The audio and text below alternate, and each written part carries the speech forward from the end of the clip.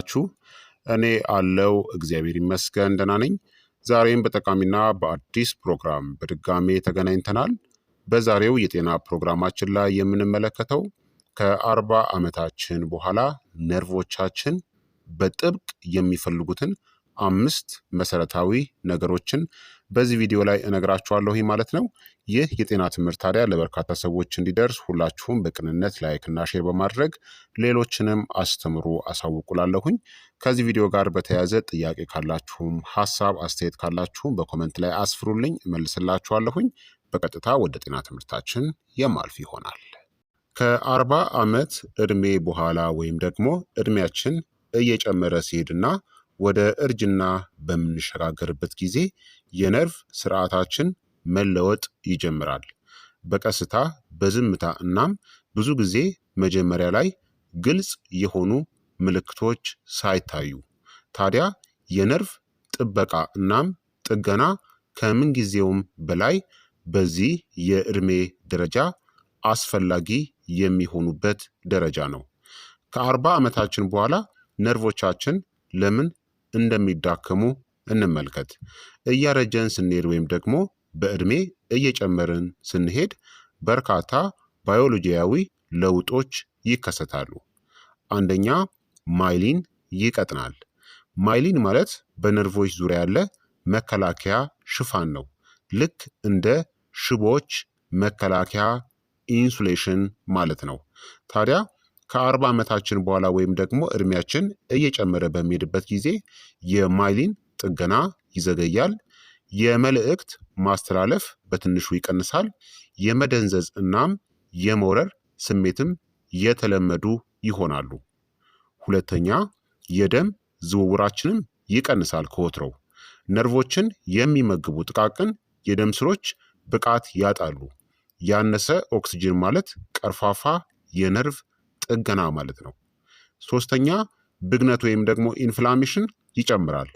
ስር የሰደደ ዝቅተኛ ደረጃ ብግነት ብዙውን ጊዜ ከመጥፎ አመጋገብ፣ ከጭንቀት ወይም ደግሞ ከኢንሱሊን ሬዚስታንስ የሚመጣው በዕድሜ እየጨመረ ይሄዳል።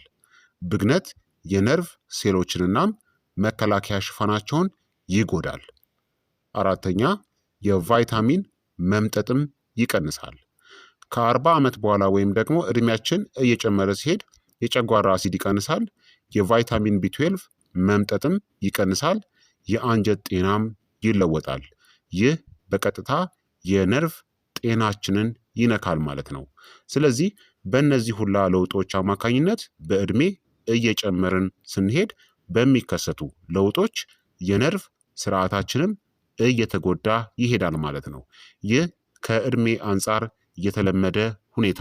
ታዲያ እነዚህን ለውጦች ደግሞ እኛ ደግሞ በአመጋገብና በአንዳንድ ጤናማ ልምዶች መደገፍ ይኖርብናል ማለት ነው። ታዲያ ከ40 ዓመታችን በኋላ ወይም ደግሞ ዕድሜያችን እየጨመረ ሲሄድ ነርቮቻችን የሚፈልጉትን 5 መሰረታዊ ነገሮችን ልንገራችሁ። አንደኛ፣ የተረጋጋ የደም ስኳር መጠን ነው። ይህ በጣም አስፈላጊው ነው። ቀላል የኢንሱሊን ሬዚስታንስ እንኳን በጊዜ ሂደት ነርቮቻችንን ይጎዳል። ኢንሱሊን ሬዚስታንስ ማለት ሴሎቻችን ለኢንሱሊን ምላሽ የማይሰጡበት ሁኔታ ማለት ነው። በዛ ጊዜ ምን ይከሰታል? ታይፕ 2 ዲያቤቲስ ወይም ደግሞ አይነት 2 የስኳር በሽታ የምንለው ማለት ነው። ምክንያቱም በቀላሉ ግሉኮዝ ወደ ደም ስሮቻችን በመከማቸቱ ማለት ነው። በደም ስሮቻችን ወደ ሴሎቻችን ሳይገባ ሲቀር ኢንሱሊን ሬዚስታንስ ይከሰታል።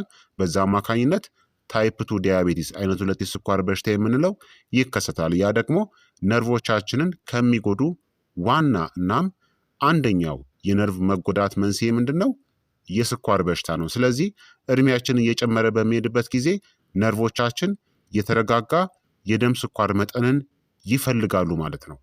ከፍተኛ የደም ስኳር ማለት የኦክሲዲቲቭ ስትረስን ይጨምራል፣ ጥቃቅን የደም ስሮችን ይጎዳል፣ ማይሊንንም ያዳክመዋል። ስለዚህ ከምግብ በኋላ ከ10 እስከ 15 ደቂቃ መራመድ፣ ስኳር የበዛባቸውን መጠጦችን ማስወገድ፣ ከካርቦሃይድሬትስ በፊት ፕሮቲንን መመገብ እናም ከምሽት መክሰስ መቆጠብ። የምሽት መክሰስ ማለት እራት ከበላን በኋላ በሚርበን ሰዓት ወይም የረሃብ ስሜት በሚሰማን ሰዓት ድጋሜ የእራት መክሰስ ከመመገብ መቆጠብ ያስፈልጋል።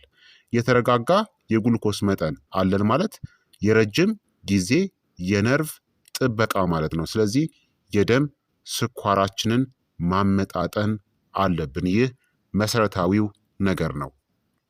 ሁለተኛ ነርቮቻችን የሚፈልጉት ቫይታሚን ቢ12ን ነው። ቫይታሚን ቢ12 ማይሊንን ይገነባል። ቫይታሚን ቢ12 ለማይሊን መፈጠር፣ ለነርቭ መልእክት ጥንካሬ እናም የመደንዘዝና ሚዛን ማጣትን ለመከላከል አስፈላጊ ነው። ከ40 ዓመታችን በኋላ ግልጽ የሆነ የደም ማነስ ባይኖርም እንኳን የቫይታሚን እጥረት የተለመደ ይሆናል። የእጥረቱ ምልክቶችም በእጅና በእግር ላይ የመውረር ስሜት፣ የአእምሮ ጭጋግ፣ ድካም፣ የእጅ መቆንጠጥ መዳከም ወይም የመጨበጥ መዳከምና የሚዛን ችግሮች ይከሰታሉ። ጥሩ የቫይታሚን ቢ12 ምንጮች የምንላቸው ደግሞ እንደ እንቁላል፣ ስጋ፣ አሳ እና ጉበትን መመገብ ያስፈልጋል። ከ40 ዓመታችን በኋላ የቫይታሚን መጠንን መመርመር ብልህነት ነው። በተለይም ሜትፎርሚን ወይም የአሲድ መቀነሻ መድኃኒቶችን የምትወስዱ ከሆነ። ሶስተኛ ኦሜጋ ስሪ ቅባቶችን መውሰድ ያስፈልጋል። ብግነት ወይም ደግሞ ኢንፍላሜሽንን ይቆጣጠራሉ። ኦሜጋ ስሪዎች የነርቭ ብግነትን ይቀንሳሉ፣ የደም ዝውውርን ያሻሽላሉ፣ የሽፋን የሜምብሬን ጥገናን ይደግፋሉ። ከ40 ዓመታችን በኋላ ስር የሰደደ ብግነት በተፈጥሮ ይጨምራል። ኦሜጋ ስሪ ደግሞ ይህንን ለመቋቋም ይረዳል። ስለዚህ በሳምንት ከ2 እስከ 3 ጊዜ ፋቲ ፊሽ ወይም ደግሞ ስባማ አሳዎችን መመገብ ወይም ወጥ የሆኑ የአመጋገብ ምንጮችን መጠቀም ያስፈልጋል። አራተኛ የጥንካሬ ስልጠናን ማድረግ፣ ነርቭን ማንቀሳቀሻ ማለት ነው። ይህ ብዙ ጊዜ ችላ ይባላል።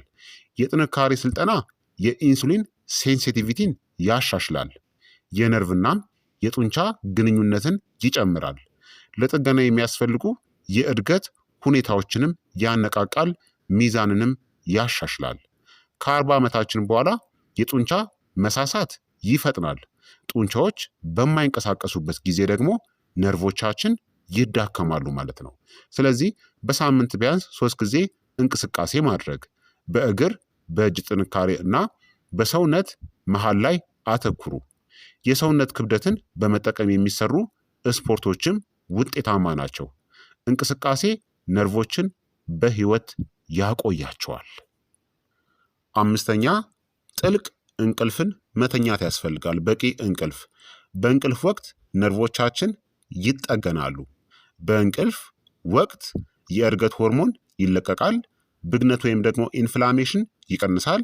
የሴሎች ጥገናም ይጨምራል። ከ40 ዓመታችን በኋላ የእንቅልፍ መዛባት የተለመደ ነው። ነገር ግን ይህ በቀጥታ የነርቭ ፈውስን ያዘገየዋል። ታዲያ መፍትሄው ምንድን ነው? በየቀኑ ከ7 እስከ 8 ሰዓታት ለመተኛት ሞክሩ። ከባድ የምሽት ምግቦችን አስወግዱ፣ እንቅልፍን የሚያውቁ። ከመተኛታችሁ በፊት ደግሞ የስክሪን ወይም ስልክና ቲቪ አጠቃቀምን መቀነስ ይኖርባችኋል ማለት ነው። ታዲያ ነርቮቻችን ድጋፍ እንደሚፈልጉ የሚያሳዩ ቀደምት ምልክቶችን ልንገራችሁ። ብዙ ሰዎች እነዚህ ምልክቶችን ችላ ይላሉ። በምሽት የእግር ማቃጠል፣ ቀላል የሆነ የመደንዘዝ ስሜት፣ የአጸፋ ምላሽ መዘግየት፣ ሚዛን ማጣት፣ የጡንቻ መሳብ ወይም ደግሞ መንቀጥቀጥ እናም በእግር ጣቶች ላይ የስሜት መቀነስን ከተመለከታችሁ እነዚህ ነርቮቻችሁ ድጋፍ እንደሚፈልጉ የሚያሳዩ ቀደምት ምልክቶች ናቸው። ስለዚህ እነዚህ የነርቭ ችግር የማስጠንቀቂያ ምልክቶች እንጂ የእርጅና ምልክቶች ብቻ አይደሉም። ታዲያ ከ40 ዓመታችን በኋላ የሚፈጠር ትልቅ ስህተት አብዛኛው ሰው ትኩረት የሚያደርገው በእነዚህ ላይ ብቻ ነው። በመገጣጠሚያ ህመም፣ በክብደት መጨመርና በደም ግፊት ላይ ማለት ነው። እነዚህ አስፈላጊ ሆኖ ሳለ የነርቭ ችግሮችንም ችላ ልትሉት የሚገባ ጥሩ እናም አደገኛ ጉዳይ ነው። ነገር ግን የነርቭ ጤና በዝምታ በእነዚህ ላይም ተጽዕኖ ያሳድራል። በሚዛን፣ በጡንቻ ጥንካሬ፣ በአእምሮ ግልጽነት፣ በሜታቦሊዝም ማለትም በምግብ ስልቀጣ እናም የጉዳት ስጋትንም ይጨምራል። ነርቮችን መጠበቅ ማለት ነፃነትን ወይም ደግሞ ራስን መቻልን መጠበቅ ማለት ነው። ነርቮቻችን ካልሰሩ አካላችን አይሰራም ማለት ነው። ልክ በድን እንደሆነ የሽባ ስሜት እንደሆነ የሚሰማ ነው። አካሎቻችን ሊሰሩ አይችሉም ማለት ነው። ታዲያ ማድረግ የምትችሉት ቀላል የዕለት ተዕለት ተግባር ከ40 ዓመታችሁ በኋላ ጠዋት ላይ በፕሮቲን የበለጸገ ቁርስን መመገብ፣ ቀላል የሆነ እንቅስቃሴን ማድረግ፣ ቀን ላይ ደግሞ የተመጣጠነ ምግብ መመገብ፣ ፕሮቲንና ፋይበር፣ አጭር የሆነ የእግር ጉዞ ማድረግ፣ ምሽት ላይ ብግነት ወይም ደግሞ ኢንፍላሜሽንን የሚከላከሉ ምግቦችን መመገብ፣ ከፍተኛ ስኳር የሌለውና ቀደም ብሎ በቂ እንቅልፍ መተኛት ያስፈልጋል። በየሳምንቱ ደግሞ የጥንካሬ ስልጠናን በሳምንት ቢያንስ 3 ጊዜ ማድረግ፣ የኦሜጋ 3 አወሳሰዳችሁን መጨመርና ጭንቀትን መቀነስ ያስፈልጋል።